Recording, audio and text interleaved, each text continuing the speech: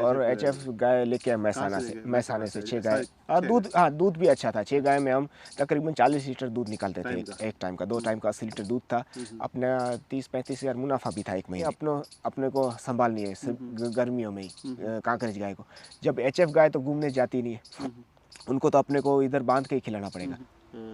बस भाई के दे दो। अच्छा, आप कम लोग, हमारे ज़्यादा। हाँ, एक बात है, कच्छ की यहाँ की चाय का आनंद अलग ही है।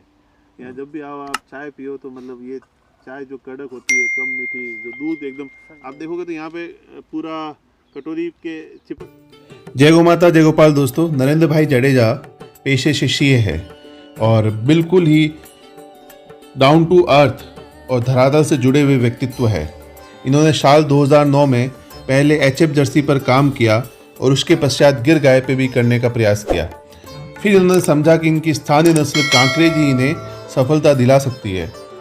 कांकरेज के काम को शुरू करने से पहले इनको एचएफ जर्सी का काम करते हुए क्या दिक्कतें आई, और एचएफ जर्सी की क्या कमियां हैं, और फिर गिर गाय का काम करते हुए क्या दिक्कत आई, और क्या कैलकुलेशन है डेयरी की, एक सीए से आपको इस वीडियो में जानने को मिलेगा पूरी जानकारी। और चलिए बातचीत करते हैं नरेंद्र भाई जडेजा से। तो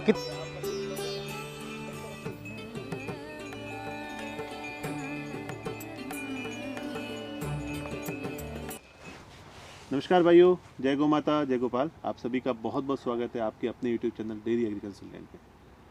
नरेंद्र सिंह जी जडेजा के साथ में हूँ और ये जगह है नानी खाकर, और बिल्कुल जोधपुर से निकलकर पतमेड़ा गौशाला से होकर यहाँ तक आते आते लगभग दूरी हो गई हमारे 700-800 किलोमीटर। और आज आना सफल हुआ नरेंद्र भाई। और जो भी इस वार्ता पे अपन बैठे हैं, पीछे आपका पूरा ऑर्गेनिक खेत है, आनंददायक माहौल है, और आप जीवन जी रहे हो शानदार वाला। सीए की पढ़ाई की आपने भी की, आपके छोटे भाई ने भी की, पूरा घर पढ़ा लिखा, फिर भी पूरा घर गाय में और खेती बाड़ी में यहाँ लगा हुआ है। सही है। एक सवाल जो मैं आपसे आज पूछना चाहता हूँ, बड़ी बातें आती है कि एचएफ गाय और जर्सी गाय ठीक रहती है, तो आपने साल 2009 में प्रॉफिट के लिए दूध बहुत ज़्यादा होगा ये सोच के आपने एचएफ और जर्सी गाय यहाँ पे लाए थे। सही है। फिर आपके साथ ऐसा क्या घटित हुआ कि आपने कांकरेज, फिर गिर भी लाए, बीच में गिर भी थोड़ा आप डाइवर्ट हुए। तो ऐसा क्या कारण रहा कि पहले एचएफ जर्सी, फिर गिर को थोड़ा सा दूर किया, फिर कांकरेज पे आज 2012 से लगातार काम करो, एक सफल मॉडल है आपका। देखिए, मेरी सदमे से भी क्या थी मालूम है, ये जब ये 50 एकड़ की फार्म थी, इसमें इनकम जनरेशन नहीं था, तो मेरे लिए एक्सपेक्टेशन इतना नहीं था कि पहले इतना आप 2 लाख, 5 लाख, 10 लाख रेवेन्यू जनरेट हो रहा है, तो मेरे को वो फ्री ग्राउंड मिल गया। प्रेशर नहीं था, एक्सपेक्टेशन नहीं था, तो मेरे को फ्री ग्राउंड मिल गया। जो भी है वो अपना मेरा है और अपने जो अपने दम पर है, ठीक है। तो पहले हमने रेवेन्यू जनरेशन के लिए तो सबसे इजी क्या रहता है, दूध के रोज सुबह निकाला और 2 घंटे में बिक गया, ऐसा है ना। दूसरा खेती करने में समय लगता है, और ऑर्गेनिक खेती करना है तो पूरक में तो पशुपालन चाहिए। ये दोनों एक दूसरे के पूरक तो है ही, और पूरक तो दूसरी बात। और पहले तो हमें पैसों की जरूरत था, तो पैसों रेवेन्यू जनरेशन के लिए, लिक्विडिटी के लिए हमने गौ पालन शुरू किया। तो पहले शुरुआत एचएफ से की। तो क्या है, तो गांव में डेयरी नहीं थी तो अपनी डेयरी बनवा ली, और एचएफ गाय लेके आए मैसाने से 6 गाय। और दूध, हाँ दूध भी अच्छा था। 6 गाय में हम तकरीबन 40 लीटर दूध निकालते थे एक टाइम का। 2 टाइम का 80 लीटर दूध था। अपना 30-35 हज़ार मुनाफा भी था एक महीने का।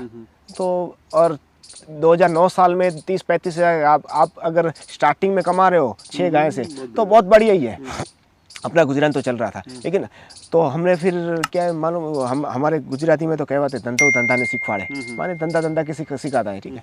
तो हम, और अगर उसमें इन्वॉल्व है ना अपने खुद ब खुद, तो अपने को आइडिया आते रहते हैं कि ये सही, ये गलत।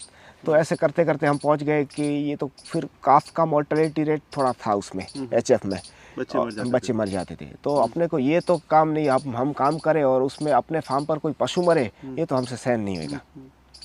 और ऐसे तो फिर थोड़ा डेयरी पे जाना था, तो और लोगों ने सुझाव दिया कि गिर ब्रीड मिल्किंग अच्छी है। तो हम 2002-3 साल में 11-12 में गिर पे सौराष्ट्र से कुछ एचएफ जर्सी बीमार भी पड़ती थी और भी परेशानी होती थी। दवाई, हाँ मेरे को तो आधा डॉक्टर बनवा दिया। आधा डॉक्टर? हाँ, अभी तो मेरी गांव में तो मेरे को डॉक्टर ही बोलते हैं, क्यों, मेरे को ये कांकरेज से नहीं सीखा हूँ कुछ, मेरे को एचएफ ने डॉक्टर बना दिया। दवाई सही है। और कहते हैं कि खाती भी ज्यादा है, और मतलब इनपुट आउटपुट रेशियो देखो आप अब अगर हम 10 गाय का मुनाफा देखें, दूध नहीं देखो आप, अगर 10 कांकरेज गाय लो और 10 HF गाय लो, सालाना हिसाब लगाओ तो मुनाफा तो उतना ही होएगा। इसका दूध 10 गाय का तकरीबन 80 होएगा और उसका कांकरेज का 10 गाय का दूध होएगा 35-40 लीटर। अगर 12 महीने का मुनाफा देखें, cost benefit analysis project report निकालो तो मुनाफा उतना ही बैठेगा, क्योंकि दवाई का खर्च, खाने का खर्च। कांकरेज का गाय देखो, अगर जब भी मानसून रहेगा बारिश में 4 महीना आपको कुछ नहीं खिलाना है, खाली एक टाइम का 1 से 2 किलो दाना, 2 टाइम का 3-4 किलो दाना दिया, 4 महीना बहुत हो गया, ठीक है। फिर विंटर, ड्यूरिंग विंटर आपको 50% ही खुराक देनी है, 50% तो बाहर से जंगल से खा के आएगी, तो आपको 8 महीने का चारा तकरीबन नील है आपका, 4 महीने ही अपने को संभालनी है गर्मियों में ही कांकरेज गाय को।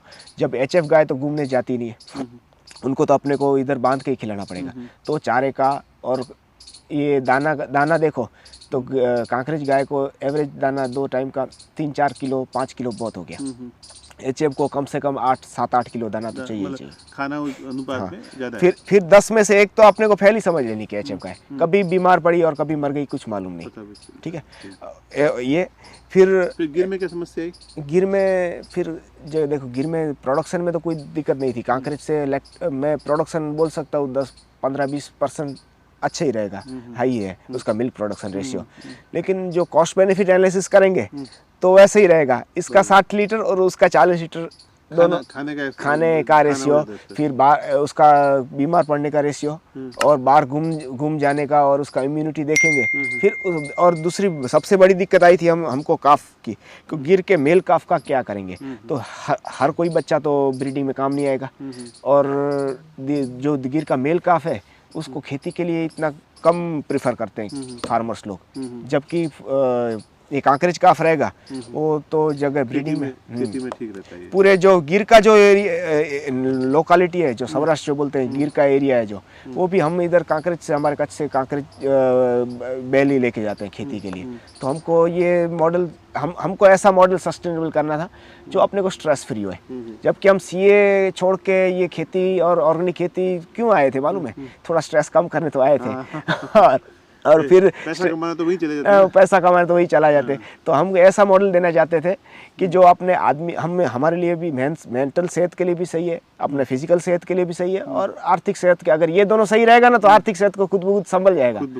हाँ सही है ऐसा। तो इसका ना मेल काफ का क्या करें ना, वो अपने को सोचना इतना वो टेंशन नहीं रहता है, क्योंकि अगर जो ब्रीडिंग में काम नहीं आएगा वो खेती के लिए हम तो खसी करके इधर फ्री में फार्मर्स को दे देते हैं। हाँ 9-10-12 महीने के बाद जो बच्चा दूध पीना छोड़ देगा उसको हम खसी करके फ्री दे देते हैं किसानों को, और ऑल गुजरात से लेके जाते हैं किसान।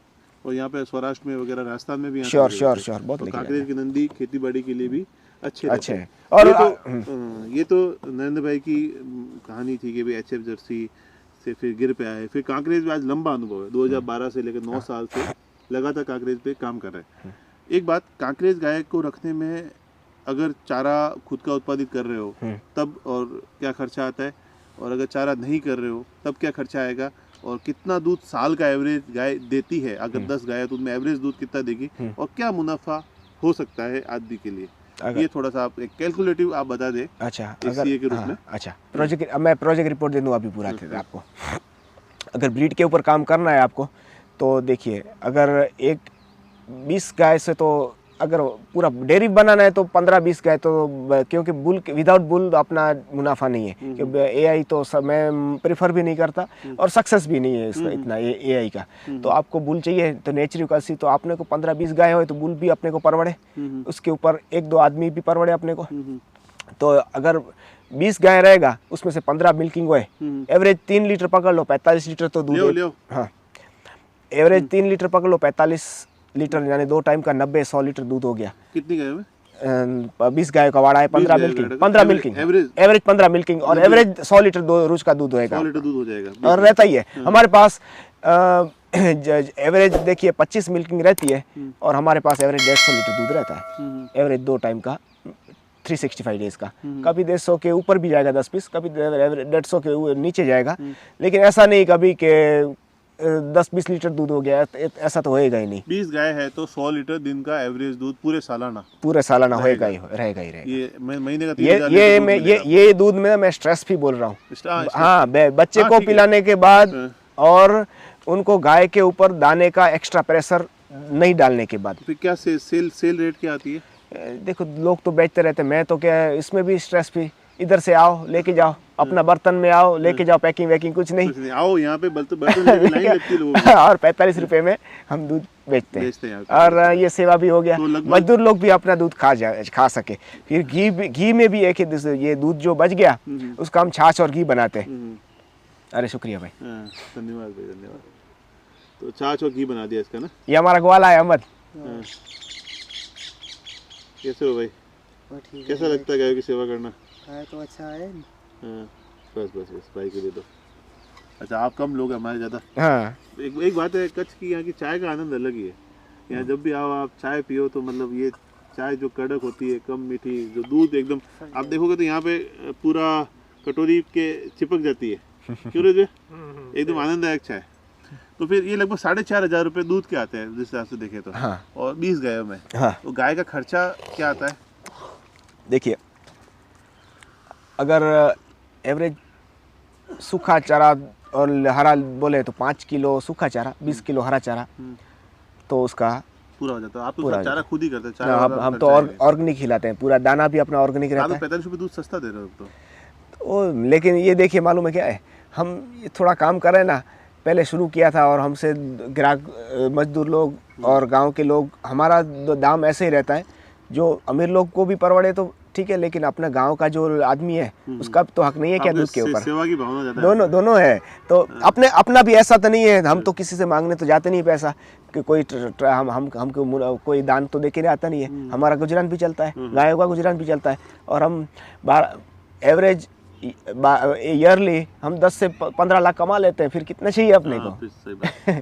तो शांति का जीवन है। शांति का जीवन चाहिए। महीने के 1-1.5 लाख रुपया अपने को शांति के मिल जाए तो क्यों अपने को अत्याचार माने जबरदस्ती करके और ईमानदारी को अपना बेच के पैसा कमाने का। दूसरा आप तेल का भी करते हो। हाँ, वो भी देखिए, ऑर्गेनिक तेल हम 3,000 रुपये का डब्बा 15 लीटर के बेचते हैं, वो भी सबसे सस्ता है। मेरे को तो कई लोग कोसते हैं ऑर्गेनिक हमारे ग्रुप वाले कि तू क्यों ऐसे सस्ता में। घी में भी मेरे को बहुत लोग कोसते हैं। कभी को तो कुछ लोग तो डाउट भी करते हैं कि 900 में कैसे पॉसिबल है। मैं 900 में पॉसिबल है, छाछ बेचो आप तो बैठ जाएगा आपको 900 में। और दूसरा अपने को ये भी देखना चाहिए कि ऑल्टरनेट दूध का रेट क्या है। डेयरी का तो कितना देगा? 35-36 रुपये देगा, तो वैसे तो मेरे को ग्राहक 45 दे रहे हैं, तो मेरे को शुक्रिया मानना चाहिए इनका कि 10 रुपये ज़्यादा दे रहे हैं। सही है। और फिर हम घी और छाछ बनाते हैं, उसमें से 50-60 रुपये मिलता है। तो मैं बोलता हूँ को आप देखो डेयरी का ऑल्टरनेट भाव देखो, दाम 35-36 में कुछ लोग कांकरेज का दूध बेच रहे हैं, उससे तो हम ज़्यादा सस्ते में बेच रहे हैं और अपना भी चल रहा है। हमको मार्केटिंग एक्सपेंस नहीं लगा। घी में भी हम ऐसा ही है, स्ट्रेस फ्री। आपका बर्तन लेके आओ, उसमें हम डालते हैं, कोई पैकिंग कुछ नहीं करते हैं। बस ले जाओ आप, बस अपना शुद्ध खाओ और मौज करो। बहुत बहुत धन्यवाद नरेंद्र भाई, बहुत अच्छी जानकारी नरेंद्र भाई से। जो जरूरी सवाल जो आपके द्वारा कमेंट बॉक्स में पूछे जाते हैं, वो सवाल मैंने आज भाई से पूछ लिए।